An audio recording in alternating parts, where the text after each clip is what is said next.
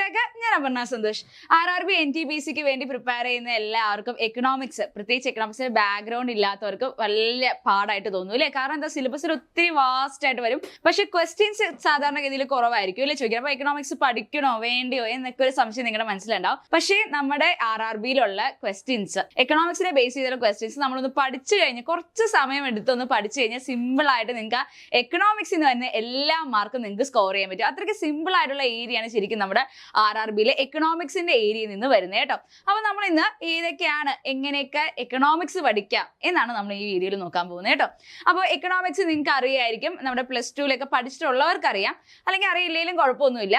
എക്കണോമിക്സിലെ രണ്ട് വിഭാഗങ്ങളുണ്ട്, മൈക്രോയും മാക്രോ എന്ന് പറഞ്ഞ് എക്കണോമിക്സിനെ രണ്ടായിട്ട് തിരിച്ചിട്ടുണ്ട്. എന്താന്ന് പറയുന്നത്, ഞാൻ മൈക്രോയും മാക്രോയും അങ്ങനെ രണ്ട് വിഭാഗങ്ങളാണ്. മൈക്രോ എക്കണോമിക്സ് എന്നും മാക്രോ എക്കണോമിക്സ് എന്ന് പറഞ്ഞ് നമ്മൾ രണ്ടായിട്ട് തിരിച്ചിട്ടുണ്ട്. മൈക്രോ എന്ന് പറഞ്ഞു കഴിഞ്ഞാൽ സ്മോൾ, ഒരു ഇൻഡിവിജ്വലിനെ ബിൽഡിങ്, ഒരു എൻറ്റിറ്റിയെ പറ്റി പഠിക്കുന്നതിനാണ് മൈക്രോ എന്ന് പറയുന്നത്. എന്താണ്? ഒരു ഇൻഡിവിജ്വലിനെ പറ്റി.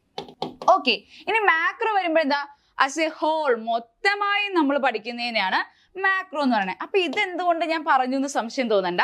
മൈക്രോ എന്ന് പറഞ്ഞു കഴിഞ്ഞാൽ ഇൻഡിവിജ്വൽ കൺസെപ്റ്റ്സ് ആണ്. ഇപ്പൊ ഒരു ഇൻഡിവിജ്വലിന്റെ ഡിമാൻഡ് എത്ര, ഒരു ഇൻഡിവിജ്വലിന്റെ ഇൻകം എത്ര, അദ്ദേഹത്തിന്റെ വരുമാനം എത്ര, അല്ലെങ്കിൽ ഒരു ഫേമിന്റെ പ്രൊഡക്ഷൻ, ഒരൊറ്റ ഫേമിന്റെ പ്രൊഡക്ഷൻ എന്നൊക്കെ ആയിരിക്കും.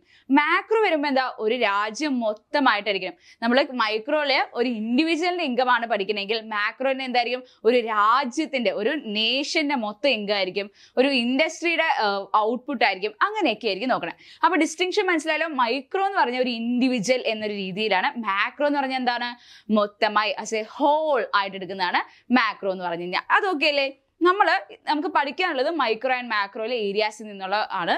അപ്പോൾ നമ്മൾ ഇന്ന് ഡിസ്കസ് ചെയ്യാൻ മൈക്രോയിൽ ഏതൊക്കെയാണ് പഠിക്കേണ്ടത് എന്നാണ് കേട്ടോ നമ്മൾ ഈ വീഡിയോയിൽ ഡിസ്കസ് ചെയ്യാൻ പോകുന്നത്. മൈക്രോയിൽ ആദ്യത്തെ വരുന്നത് നമ്മുടെ കൺസ്യൂമർ തിയറിയാണ്. ഓക്കെ, കൺസ്യൂമർ തിയറിയാണ്. അതായത് കൺസ്യൂമേഴ്സിന് എങ്ങനെയായിരിക്കും അവരുടെ ബിഹേവിയർ എന്ന് നോക്കുന്നതാണ് കൺസ്യൂമർ തിയറി തന്നെ. അതായത് അവരുടെ ബഡ്ജറ്റ് കൺസ്ട്രെയിൻ ഒക്കെ തന്നതിന് ശേഷം അവരെങ്ങനെയായിരിക്കും ഒരു കൺസ്യൂമർ ആക്ട് ചെയ്യുന്നത് എന്നാണ് ശരിക്കും കൺസ്യൂമർ തിയറി പറയുന്നത്. കൺസ്യൂമേഴ്സ് എന്ന് പറഞ്ഞാൽ ആരാണ്? നമ്മൾ തന്നെയാണ് അല്ലേ, എന്താ ചെയ്യുക, കൺസ്യൂം ചെയ്യുന്നവർ, ഉപഭോഗം ചെയ്യുന്നവരെന്നാണ് കേട്ടോ അതിൻ്റെ അർത്ഥം. അതായത് നമ്മൾ ഗുഡ്സ് ആൻഡ് സർവീസ് പർച്ചേസ് ചെയ്യുന്ന നമ്മൾ തന്നെയാണ് ഈ കൺസ്യൂമേഴ്സ് എന്ന് പറയുന്നത്. പ്രൊഡ്യൂസേഴ്സ് എന്ന് പറഞ്ഞാൽ എന്താ, ഒരു സാധനം പ്രൊഡ്യൂസ് ചെയ്യുന്നവർ, ഉണ്ടാക്കുന്നവരാണ് കേട്ടോ പ്രൊഡ്യൂസേഴ്സ്. അപ്പൊ ആദ്യം വരുന്നത് കൺസ്യൂമർ തിയറി, ഈ സാധനങ്ങളെ മേടിച്ച് ഉപയോഗിക്കുന്ന നമ്മൾ തന്നെ കൺസ്യൂമേഴ്സിന്റെ തിയറിയാണ്. അതിനകത്ത് മാർജിനൽ യൂട്ടിലിറ്റിയെ പറ്റി ചോദ്യം ചോദിക്കും. Law of diminishing marginal utility, indifference curve, indifference map, consumer equilibrium, price elasticity of demand, cross elasticity of demand, ഈ ഏരിയാസിൽ നിന്നാണ് ഏറ്റവും കൂടുതൽ ചോദ്യങ്ങൾ വരെ. ഇവിടെ ശ്രദ്ധിക്കേണ്ട ഏറ്റവും ഇമ്പോർട്ടന്റ് ആയിട്ടുള്ള ഘടകം ഏതാന്ന് ചോദിച്ചു കഴിഞ്ഞാൽ യൂട്ടിലിറ്റി. ഈ marginal utility, average utility, total utility എന്ന് പറഞ്ഞ 3 യൂട്ടിലിറ്റികളാണ് നമ്മുടെ ഉള്ളത്. യൂട്ടിലിറ്റി എന്ന് പറഞ്ഞാൽ എന്താണെന്ന് അറിയോ? സാറ്റിസ്ഫാക്ഷൻ. നമുക്കൊരു സാധനത്തിൽ നിന്ന് കിട്ടുന്ന ആ ഒരു സാറ്റിസ്ഫാക്ഷനെയാണ് എന്ത് പറയുന്നത്, യൂട്ടിലിറ്റി. ഒരു യൂട്ടിലിറ്റിയുടെ ഡെഫിനിഷൻ പറഞ്ഞു കഴിഞ്ഞാൽ want satisfying capacity of A commodity എന്നൊരു, നമ്മുടെ ആഗ്രഹം സഫലീകരിക്കാൻ ഒരു കമ്മോഡിറ്റിയുടെ കഴിവ്, ആ സാറ്റിസ്ഫാക്ഷനെയാണ് നമ്മൾ യൂട്ടിലിറ്റി എന്ന് പറയുന്നത്. അപ്പോൾ അങ്ങനെ 3 ടൈപ്പ് യൂട്ടിലിറ്റി ഉണ്ട്. ആ യൂട്ടിലിറ്റികളും അവരുടെ ഫിഗേഴ്സ് എങ്ങനെയാണ്, ഏതാണ് അവരുടെ ഷേപ്പ് ആൻഡ് ഓരോത്തിന്റെ റിലേഷൻ. അതായത് TU ഞാൻ പറഞ്ഞു, ടോട്ടൽ യൂട്ടിലിറ്റി ഇൻക്രീസ് ചെയ്യുമ്പോൾ മാർജിനൽ യൂട്ടിലിറ്റിക്ക് എന്ത് സംഭവിക്കും, അങ്ങനത്തെ റിലേഷനുകൾ, ആ കർവുകൾ, അതൊക്കെയാണ് പഠിക്കുന്നത്. Law of diminishing marginal utility and വേറൊരു ഇമ്പോർട്ടൻസ് ആണ് law of variable proportion. Law of സ്ഥിരമായിട്ട് ഇവിടെ നിന്ന് ചോദ്യം ചോദിക്കാറുണ്ട് കേട്ടോ. ലോ ഓഫ് വേരിയബിൾ പ്രൊപ്പോർഷനും ഡിമിനിഷിംഗ് മാർജിനൽ യൂട്ടിലിറ്റി നിന്നാണ് ഏറ്റവും കൂടുതൽ ക്വസ്റ്റ്യൻസ് ചോദിക്കുന്നത്. അപ്പൊ ഈ ഒരു 2 ഏരിയയും നിങ്ങൾ മസ്റ്റ് ആയിട്ടും കവർ ചെയ്തിട്ടേ പോലെ ഇവിടെ നിന്ന് സ്ഥിരമായി ചോദ്യം ചോദിക്കാറുണ്ട്. ഇൻഡിഫറൻസ് കർവിനെ പറ്റിയിട്ടും, ഇൻഡിഫറൻസ് കർവും സാറ്റിസ്ഫാക്ഷന്റെ ബേസ് ചെയ്തിട്ടുള്ള ഒരു കർവാണ്. കൺസ്യൂമർ ഇക്വിലിബ്രിയം, അതായത് കൺസ്യൂമർ ഇക്വിലിബ്രിയം എന്ന് പറഞ്ഞു കഴിഞ്ഞാൽ അവർക്ക് മാക്സിമം സാറ്റിസ്ഫാക്ഷൻ കിട്ടുന്ന ഒരു പോയിന്റിനെയാണ് എന്ത് പറയുന്നത്, കൺസ്യൂമർ ഇക്വിലിബ്രിയം. ആ ഒരു പോയിന്റിൽ നിന്ന് അവർ മാറില്ല. ഇക്വിലിബ്രിയം എന്ന് പറഞ്ഞു കഴിഞ്ഞാൽ സ്റ്റേറ്റ് ഓഫ് റെസ്റ്റ്, ആ നിലയിൽ നിന്ന് ആരും മാറാൻ ആഗ്രഹിക്കുന്നില്ല, അതാണ് കേട്ടോ ഇക്വിലിബ്രിയം എന്ന് പറഞ്ഞു കഴിഞ്ഞാൽ. പ്രൈസ് ഇലാസ്റ്റിറ്റിയും പിന്നെ ക്രോസ് ഇലാസ്റ്റിറ്റി ഒക്കെയാണ് അടുത്തത്. നമ്മൾ പഠിച്ചാൽ മാത്രമാണ് നിങ്ങൾക്ക് ഈ ഒരു കൺസെപ്റ്റുകൾ മനസ്സിലാവും. ക്ലിയർ അല്ലേ? എന്താണ് കൺസ്യൂമർ തിയറിയിലെ എന്തൊക്കെയാണ് പഠിക്കേണ്ടത് നോക്കിയല്ലേ. ഇനി നമുക്ക് 2-3 ക്വസ്റ്റ്യൻസ്, ഈ ഏരിയയിൽ നിന്ന് എങ്ങനെയായിരിക്കും ക്വസ്റ്റ്യൻസ് വരുന്നതെന്ന് നോക്കിയാലോ. Consumer theory is how people decide to spend their. എന്താണ് കൺസ്യൂമർ തിയറി എന്നാ ചോദിച്ചിരുന്നത് അല്ലേ? ഞാൻ പറഞ്ഞു കൺസ്യൂമർ തിയറി മെയിൻലി എന്താ പറയുന്നത്, ഒരു കൺസ്യൂമേഴ്സിന്റെ സാറ്റിസ്ഫാക്ഷൻ, എത്രമാത്രം ഒരു പ്രൈസും നമ്മുടെ ഇൻകവും സാറ്റിസ്ഫാക്ഷന്റെയും ഈ 3 ഘടകങ്ങളാണ് കൺസ്യൂമർ തിയറിയിൽ ഉള്ളത്. പ്രൈസ് എന്ന് പറഞ്ഞാൽ ഇപ്പൊ ഞാനൊരു സാധനങ്ങൾ, ഒരു bunch of apple, 1 kilo apple, 2 kilo orange, അങ്ങനെ കുറച്ച് സാധനങ്ങൾ ഞാൻ മേടിക്കാൻ തീരുമാനിച്ചു. അവരുടെ പ്രൈസ് എത്ര രൂപയാണെന്ന് നോക്കിയിട്ട് എനിക്ക് മേടിക്കില്ല. ഒത്തിരി പൈസയാണെങ്കിൽ എനിക്ക് മേടിക്കാൻ പറ്റില്ല. അതുപോലെ വേറൊരു ഇമ്പോർട്ടൻറ്റ് ഘടകമുണ്ട് അവിടെ, എൻ്റെ ഇൻകം. എന്താണ്? എൻ്റെ വരുമാനം. അതാണ് അവിടെ ഏറ്റവും ഇമ്പോർട്ടൻ്റ് ആയിട്ടുള്ള കാര്യം. കാരണം എന്താ, എൻ്റെ വരുമാനം എന്തെന്നറിഞ്ഞ് എനിക്ക് ചെലവാക്കാൻ പറ്റുള്ളൂ. അപ്പോൾ കൺസ്യൂമർ തിയറി എന്താണ്, എങ്ങനെ അവർ എത്രമാത്രം സ്പെൻഡ് ചെയ്യണം അവർ എന്തിൻ്റെ ബേസിലായിരിക്കും, അവരുടെ ഇൻകത്തിൻ്റെ ബേസിസിലാണ് അവർ, അല്ലെങ്കിൽ മണിയുടെ ബേസിസിലാണ് അവർ ഡിസൈഡ് ചെയ്യണത് എത്രമാത്രം സ്പെൻഡ് ചെയ്യണം. അപ്പോൾ consumer theory is how people decide to spend their money. എത്ര ഇൻകം, എത്രമാത്രം പൈസ അവർ സ്പെൻഡ് ചെയ്യണം എന്ന് ആസ്പദമാക്കിയിട്ടാണ്. ഓക്കെ, അതുപോലെ തന്നെ ഇത് കുറെ കൺസ്ട്രെയിൻ അല്ലെങ്കിൽ കുറെ നിബന്ധനകളുണ്ട്. അതും ഇൻകം തന്നെയാണ്. അതായത് നമുക്ക് എത്രമാത്രം, എൻ്റെ കയ്യിൽ 100 രൂപയുള്ളൂ, ഞാൻ കടയിൽ പോകുമ്പോഴേക്ക് ഈ 100 രൂപയാണ് എൻ്റെ കൺസ്ട്രെയിൻ. ഈ 100 രൂപയ്ക്കുള്ള സാധനങ്ങളെ എനിക്ക് മേടിക്കാൻ പറ്റുള്ളൂ അല്ലെ, അത് കൂടുതൽ നമുക്ക് മേടിക്കാൻ പറ്റൂല അല്ലെ, 100 രൂപയെ നമ്മുടെ കയ്യിലുള്ളൂ. അപ്പോൾ കൺസ്യൂമർ തിയറി തന്നെ അവരുടെ ഇൻകം എത്രമാത്രം സ്പെൻഡ് ചെയ്യും, ഇൻകം ഓർ മണി എത്രമാത്രം അവർക്ക് സ്പെൻഡ് ചെയ്യാൻ പറ്റും, അല്ലെങ്കിൽ എങ്ങനെ ആൾക്കാർ സ്പെൻഡ് ചെയ്യും അവരുടെ ഇൻകം, ഈ എങ്ങനെ ആൾക്കാർ സ്പെൻഡ് ചെയ്യും അവരുടെ ഇൻകം എന്നാണ് കൺസ്യൂമർ തിയറി പറയുന്നത്. ക്ലിയർ അല്ലേ? ഇനി അടുത്തൊരു ചോദ്യം നോക്കിയാലോ. Dash means additional satisfaction or benefit or utility that a consumer derives from buying an additional unit of a commodity or service. ഇവിടെ എന്താ പറഞ്ഞേക്കണേ, സാറ്റിസ്ഫാക്ഷൻ എന്ന് പറഞ്ഞേക്കണേ. ഞാൻ നേരത്തെ സ്ലൈഡിൽ പറഞ്ഞു യൂട്ടിലിറ്റി ആണ് സാറ്റിസ്ഫാക്ഷൻ. എന്താണ് സാറ്റിസ്ഫാക്ഷൻ? യൂട്ടിലിറ്റി എന്ന് ഞാൻ പറഞ്ഞു അല്ലേ, നേരത്തെ സ്ലൈഡിൽ എന്താ പറഞ്ഞേ, യൂട്ടിലിറ്റി എന്ന് ഞാൻ പറഞ്ഞു. അപ്പൊ നിങ്ങൾ ആദ്യമേ നോക്കുക ഓപ്ഷൻസിൽ യൂട്ടിലിറ്റി എവിടെ, കാരണം നമ്മുടെ ചോദ്യത്തിന് എന്താ പറഞ്ഞേക്കണേ, സാറ്റിസ്ഫാക്ഷൻ. സാറ്റിസ്ഫാക്ഷൻ ഞാൻ എന്താന്ന് പറഞ്ഞ യൂട്ടിലിറ്റി എന്ന് പറയുന്നത്. അപ്പൊ നമ്മുടെ ചോദ്യത്തില് 2 യൂട്ടിലിറ്റി ഉള്ളൂ. ടോട്ടൽ യൂട്ടിലിറ്റി ഉണ്ട്, മാർജിനൽ യൂട്ടിലിറ്റി ഉണ്ട്. ബാക്കി 2 ഓപ്ഷൻസ് എന്താ, തെറ്റാന്ന് നമുക്ക് മനസ്സിലായി. അത് നമ്മൾ വെട്ടിക്കളഞ്ഞു. ഇനി എന്താ, 2 യൂട്ടിലിറ്റി ആണ് ഉള്ളത്. എന്താ പറഞ്ഞേക്കുന്നത്, അഡീഷണൽ സാറ്റിസ്ഫാക്ഷൻ എന്ന് പറഞ്ഞേക്കുന്നത് എന്താണ്, അഡീഷണൽ, എക്സ്ട്രാ. ഈ അഡീഷണൽ എന്നൊരു വാക്ക് വന്നു, അഡീഷണൽ ഇതാ ഇങ്ങനെ വന്നു, അഡീഷണല്, ചേഞ്ച്, എക്സ്ട്രാ, ഇങ്ങനത്തെയൊക്കെ വാക്ക് വന്നു കഴിഞ്ഞാൽ അവിടെ വരുന്നത് മാർജിനൽ ആണ്. ഏതാ വരുന്നത്, മാർജിനൽ യൂട്ടിലിറ്റി ആയിരിക്കും അതിന്റെ അർത്ഥം. എന്താണ്, അഡീഷണൽ, എക്സ്ട്രാ, ചേഞ്ച് എന്നൊക്കെ. Change in benefit or satisfaction due to change in unit of commodity എന്ന് വന്നാലൊക്കെ എന്താണ്, മാർജിൻ. ഒരു വ്യത്യാസം, ഒരു അഡീഷണൽ, ഒരു എക്സ്ട്രാ അല്ലെങ്കിൽ ഒരു ചേഞ്ച് വന്നെന്നൊക്കെ പറഞ്ഞ എന്താണ്, മാർജിനൽ യൂട്ടിലിറ്റി ആണ്. ക്ലിയർ അല്ലേ? എന്താണ് മാർജിനൽ യൂട്ടിലിറ്റി? എപ്പോഴൊക്കെ വേണേ അതൊരു ട്രിക്ക് മാത്രമാണ് കേട്ടോ, നിങ്ങൾ ഓർത്തിരിക്കണം. മാർജിനൽ എന്ന് വരുമ്പോൾ ഏതാണ് ആൻസർ ക്ലിക്ക് ചെയ്യേണ്ടത് അല്ലെങ്കിൽ ടിക്ക് ചെയ്യേണ്ടതെന്ന് നിങ്ങൾക്ക് അറിയാൻ വേണ്ടിയിട്ട് ഞാനൊരു ട്രിക്ക് പറഞ്ഞു തന്നതാണ്. അഡീഷണൽ, എക്സ്ട്രാ, ചേഞ്ച് എന്നൊക്കെ വന്നു കഴിഞ്ഞാൽ മാർജിനൽ തന്നെയായിരിക്കും അതിന്റെ അർത്ഥം. ഇത് വേണമെങ്കിൽ സാറ്റിസ്ഫാക്ഷൻ അല്ലാതെ വേറെയും കേസുകൾ, റവന്യൂവിന്റെ കേസിൽ മാർജിനൽ റവന്യൂ എന്നൊക്കെ കേസുകൾ വരും. അപ്പോഴും നിങ്ങൾക്ക് ഈ ഒരു കാര്യം യൂസ് ചെയ്യാം. ടോട്ടൽ യൂട്ടിലിറ്റി എന്ന് പറയുമ്പോഴത്തേക്കും ടോട്ടൽ സാറ്റിസ്ഫാക്ഷൻ. ടോട്ടൽ ഇവിടെ എപ്പോഴാണ് ഈ ബി എന്നൊരു ഓപ്ഷൻ വരുന്നത്, സാറ്റിസ്ഫാക്ഷന്റെ ഇവിടെ ടോട്ടൽ എന്ന് വന്നു കഴിഞ്ഞാൽ എന്ത് വരും, നമ്മുടെ ടോട്ടൽ യൂട്ടിലിറ്റി ആവും. ക്ലിയർ അല്ലേ? ഇനി അടുത്ത ക്വസ്റ്റ്യനിലേക്ക് പോയാലോ. അടുത്ത ക്വസ്റ്റ്യൻ വരുന്നത് അപ്പൊ നമ്മുടെ ഉത്തരം എന്താണ്, ഓപ്ഷൻ സി ആണ് കേട്ടോ. അപ്പൊ അടുത്ത question, indifference map is A collection of indifference curve that represent different levels of, ഞാൻ പറഞ്ഞു ഇൻഡിഫറൻസ് കർവ് എന്നതിന് നമ്മുടെ സാറ്റിസ്ഫാക്ഷനെ കാണിക്കുന്നതാണ്. ഇതുപോലെ ഒരു കോൺവെക്സ് ഫിഗർ ആണ് ഇൻഡിഫറൻസ് കർവ് എന്ന് പറഞ്ഞു കഴിഞ്ഞാൽ IC. ഇത് കോൺവെക്സ് ആണ്. ഇനി ഇത് എന്തുകൊണ്ട് കോൺവെക്സ് ആയി അതൊക്കെ നമ്മൾ പഠിക്കണം. ഇവിടെ 2 ഗുഡ്സ് ആണുള്ളത്, ഗുഡ് എ, ഗുഡ് ബി, അല്ലെങ്കിൽ ആപ്പിള്, ഓറഞ്ച്, അങ്ങനെയൊക്കെ പറഞ്ഞ് കുറെ കേസുകളുണ്ട്. ഇതിന്റെ സ്ലോപ്പ് എന്തുകൊണ്ട് വന്നു എന്നൊക്കെ പഠിക്കണം. അതുപോലെ തന്നെ IC മാപ്പ് എന്ന് പറഞ്ഞു കഴിഞ്ഞാൽ ബഞ്ച് ഓഫ് ഐസികളുടെ ഒരു collection, IC1, IC2, IC3, IC4 എന്നൊക്കെ പറയും. ഇപ്പൊ ഇങ്ങനെ പറഞ്ഞു കഴിഞ്ഞാൽ നിങ്ങൾക്ക് എക്കണോമിക്സ് ബാക്ക്ഗ്രൗണ്ട് പോലും ഇല്ലെങ്കിൽ കൺഫ്യൂഷൻ ആവും, എനിക്കറിയാം. പക്ഷെ ഞാൻ എന്തൊക്കെ പഠിക്കണം എന്ന് മാത്രമേ ഇവിടെ ഉദ്ദേശിക്കുന്നുള്ളൂ കേട്ടോ. അപ്പോൾ എന്താണ് ഇൻഡിഫറൻസ് കർവ് എന്ന് പറഞ്ഞു കഴിഞ്ഞാൽ എന്തിന്റെയാണ്, സാറ്റിസ്ഫാക്ഷന്റെ കർവാണ്. എന്തിന്റെ കർവാണ്, സാറ്റിസ്ഫാക്ഷന്റെ കർവാണ് കേട്ടോ ഇൻഡിഫറൻസ് കർവ്. ക്ലിയർ അല്ലേ? ഇനി അടുത്ത ചോദ്യം, the percentage change in demand for a good divided by percentage change in its price. ഇത് elasticity of price, elasticity of demand ആണ് കേട്ടോ വരുന്നത്. ഏറ്റവും one of the important concept ആണ്. ഈ ഒരു ഏരിയയിൽ നിന്ന് ഇഷ്ടംപോലെ ചോദിച്ചിട്ടുണ്ട്. എന്താണ് പറഞ്ഞേക്കുന്നത്, പെർസെൻറ്റേജ് ചേഞ്ച് ഇൻ. ഈ ചേഞ്ചിനെ ഇങ്ങനെ ഒരു സിമ്പിൾ ഡെൽറ്റ എന്ന് പറയുന്ന സിമ്പിൾ കൊണ്ടാണ് എക്കണോമിക്സ് റെപ്രസെന്റ് ചെയ്യുന്നത്. Percentage change in demand for a good divided by percentage change in price ആണ്. ഓക്കെ, എന്താണ് ഇത് വരുന്നത്, ഓപ്ഷൻ സി ആണ് വന്നെ. ഈ option D price elasticity of supply വന്നെങ്കിൽ ഇതാ ഇവിടെ ഡിമാൻഡിന് പകരം സപ്ലൈ ആയിരുന്നു വരുന്നതെങ്കിൽ ഓപ്ഷൻ ഡി വന്നേനെ കേട്ടോ. ക്ലിയർ അല്ലേ?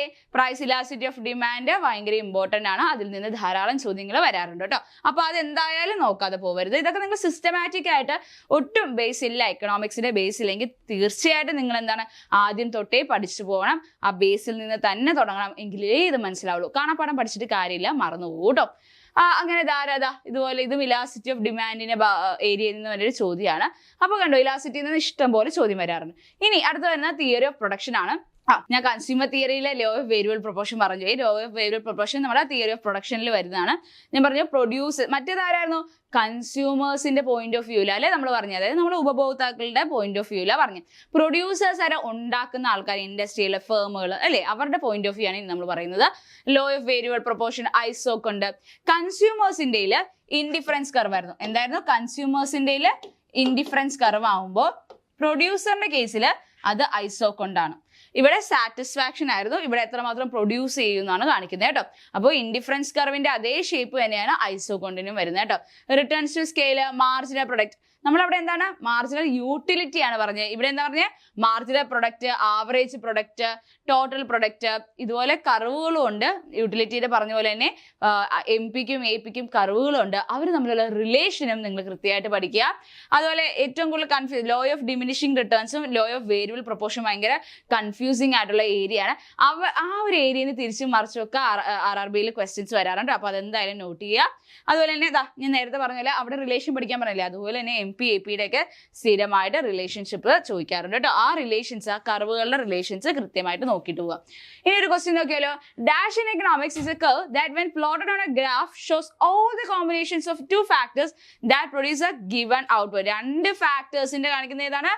ഐസോക് കൊണ്ടാണ് കേട്ടോ. ഇതൊക്കെ നമ്മൾ ഡീറ്റെയിൽഡ് ആയിട്ട് പഠിച്ചാൽ മാത്രമേ മനസ്സിലാവുള്ളൂ. ഞാൻ ജസ്റ്റ് ഒന്ന് ക്വസ്റ്റ്യൻസ് നിങ്ങളെ പരിചയപ്പെടുത്തുന്നേ ഉള്ളൂ അല്ലേ. ഈ ഏരിയാസ് കണ്ടു, ഇവിടെ നിന്ന് വരുന്ന ഈ ഐസോക് കൊണ്ടിൽ നിന്നുള്ള ഏരിയയിൽ നിന്ന് വരുന്ന ഒരു ക്വസ്റ്റ്യൻ ആണ്. ഏതൊക്കെയാണ് ഇമ്പോർട്ടൻ്റ് മാത്രമേ ഞാൻ നിങ്ങൾക്ക് പറഞ്ഞു തരുന്നുള്ളൂ കേട്ടോ. ഇതൊക്കെ ഫിഗർ ഒക്കെ വെച്ച് ഡീറ്റെയിൽഡ് ആയിട്ട് പറയേണ്ട ഒരു കാര്യം ഈ ഒരു വീഡിയോയിൽ നിൽക്കില്ല. അടുത്തത് എന്താണ്? ലോ ഓഫ് വേരിയബിൾ പ്രൊപ്പോർഷനിൽ ഇതിൽ ഏതാണ് ശരി എന്നാണല്ലേ ചോദിക്കുന്നത്. ഇതിൽ വരുന്നത് marginal product of A factor input initially rises with its employment level but after reaching A certain level of employment it start falling. ഇപ്പോൾ ഈ ഒരു ലോ ഓഫ് വേരിയബിൾ പ്രൊപ്പോർഷനിലെ പല കുട്ടികളും ഈ ഒരു ഏരിയയിൽ നിന്ന് മിസ്റ്റേക്സ് വരുത്താറുണ്ട്. പല സ്റ്റുഡൻസിനും ഭയങ്കര കൺഫ്യൂസിംഗ് ആണ്. നമ്മൾ മനസ്സിലാക്കി പഠിച്ചില്ലെങ്കിൽ എപ്പോഴും എല്ലാവരും തെറ്റിക്കുന്ന ഒരു ഏരിയ ആണ് ലോ ഓഫ് വേരിയബിൾ. കാരണം ആ കർവുകളുടെ ആ ഒരു റിലേഷൻ കൃത്യമായി മനസ്സിലാക്കാതെ കാണാപ്പാഠം പഠിക്കുകയാണെങ്കിൽ ഉറപ്പായിട്ട് ഇത് തെറ്റും. ഓക്കെ, 100% ഉറപ്പാണ് ഇത് തെറ്റു കേട്ടോ. അപ്പൊ അതെന്തായാലും മനസ്സിലാക്കി വേണം പഠിക്കാൻ. ഇനി ഇവിടെ നിന്നതാ അടുത്ത ലോ ഓഫ് വേരിയബിൾ പ്രൊപ്പോർഷൻ നേരിട്ടൊരു ക്വസ്റ്റ്യൻ ആണ്. അതും കണ്ടോ, ഈ ഒരു ഏരിയ എത്ര ഇമ്പോർട്ടൻ്റ് ആണെന്ന് നോക്കുക. അവിടെ ഇഷ്ടം പോലെ ക്വസ്റ്റ്യൻസ് വരുന്നത്. അടുത്തത് കോസ്റ്റ് ആൻഡ് റവന്യൂലാണ്. നമ്മൾ നേരത്തെ മാർജിനൽ യൂട്ടിലിറ്റി, മാർജിനൽ പ്രൊഡക്റ്റ് പറഞ്ഞതാ, മാർജിനൽ കോസ്റ്റ്, അതുപോലെ തന്നെ മാർജിനൽ റവന്യൂ ഉണ്ട്, ആവറേജ് റവന്യൂ ഉണ്ട്, വേരിയബിൾസ് ഉണ്ട്. ഇതെല്ലാം ഇമ്പോർട്ടൻ്റ് ആണ്.